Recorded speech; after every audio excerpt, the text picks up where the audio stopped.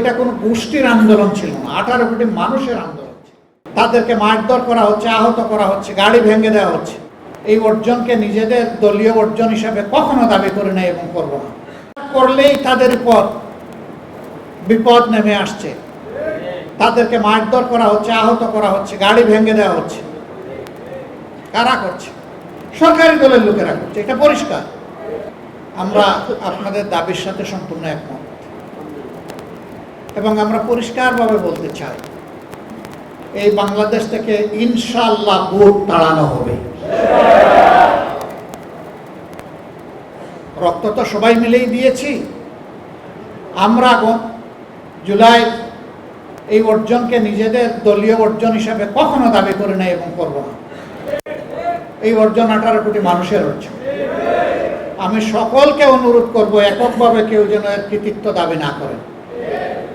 ব্যক্তি হোক, দল হোক, গোষ্ঠী হোক, এইটা কারো একার নয়। 10 মাসের যে সন্তানকে মা কুলে নিয়ে রাস্তায় নেমে এসেছিলেন, ওই সন্তানের দাবি কি ছিল? ওই সন্তানের দাবি তার মায়ের মুখ দিয়ে বের হয়ে এসেছিল যে আমার সন্তান আগামীতে একটা বৈষম্যহীন বাংলাদেশ দেখতে চায়। অতএব এটা কোনো গোষ্ঠীর আন্দোলন ছিল না, 18 কোটি মানুষের আন্দোলন ছিল। অনেকে বলেছেন আমাদের দলের এতজন শহীদ হয়েছে। আমরা বলি যে শহীদরা কোনো দলীয় সম্পত্তি নয়, শহীদরা জাতির সম্পদ। একবারের জন্য জামাতে ইসলামী বলে নাই যে আমাদের এতজন শহীদ হয়েছে। আমরা প্রতিজন শহীদকে সম্মান করি এবং জাতির সম্পদ হিসাবে তারা সবাই আমাদেরও সম্পদ।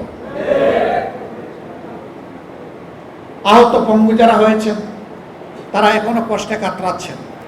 বুলেট পিলেট শরীরে নিয়ে তারা রাতে ঘুমাতে পারে না, কাজকর্ম করতে পারে না, অকেজ হয়ে পড়েছে। তাদেরকে যেভাবে স্বীকৃতি এবং সম্মান দেখানো উচিত সেটা দেখানো হচ্ছে না। আমরা পরিষ্কারভাবে দাবি জানাই,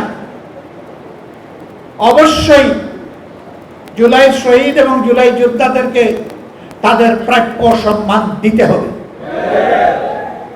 আমরা কোনো আধিপত্যবাদের কাছে মাথা নত করব না। অনেকে আমাদেরকে পার্টি নন গ্রাটা, মানে তাদের দেশে এই পার্টিকে তারা বরণ করবে না বলে ঘোষণা দিয়েছে। আমরা এগুলা কেয়ার করি না। আল্লাহ তাআলা বাংলাদেশে জন্ম দিয়েছেন, এই বাংলাদেশের লাভ ক্ষতি হচ্ছে আমাদের লাভ ক্ষতি। এই বাংলাদেশ নিয়েই বাঁচতে চাই, এই বাংলাদেশের জনগণের জন্য লড়াই করতে চাই, এই বাংলাদেশের জনগণের হাতে হাতে তাদের অধিকার তুলে দিতে চাই।